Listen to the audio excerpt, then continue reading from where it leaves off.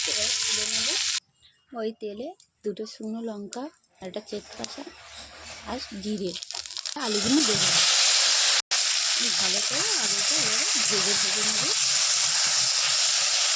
হালকা করে ভেজে নিতে হবে। খুব সুন্দরভাবে আলুগুলো ভেজে নিয়েছি। এবার একটু শুকনো পেঁয়াজ দিয়ে দেবো, 2 থেকে 3টে শুকনো পেঁয়াজ দিতে পারো, আমি 2টো পেঁয়াজ দিচ্ছি।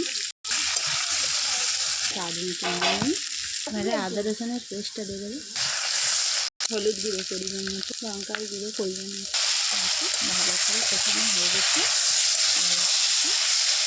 জলগুলো দেবো, এবারে সর্ষে আর পোস্তটা দিয়ে দেবো।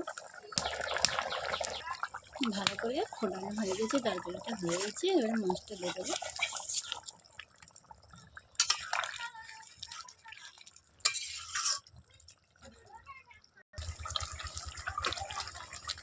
তরকারিটা হয়ে গেছে, এবারে নামিয়ে নেব।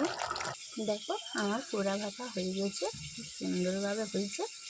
দুর্দান্ত একটা রেসিপি, বাড়িতে করে খাবে, খুব ভালো লাগবে। ভালো লাগলে লাইক, কমেন্ট, শেয়ার করবে, পেজটা ফলো করবে আর সাবস্ক্রাইব করে দেবে। আজকের মতন এই অবধি।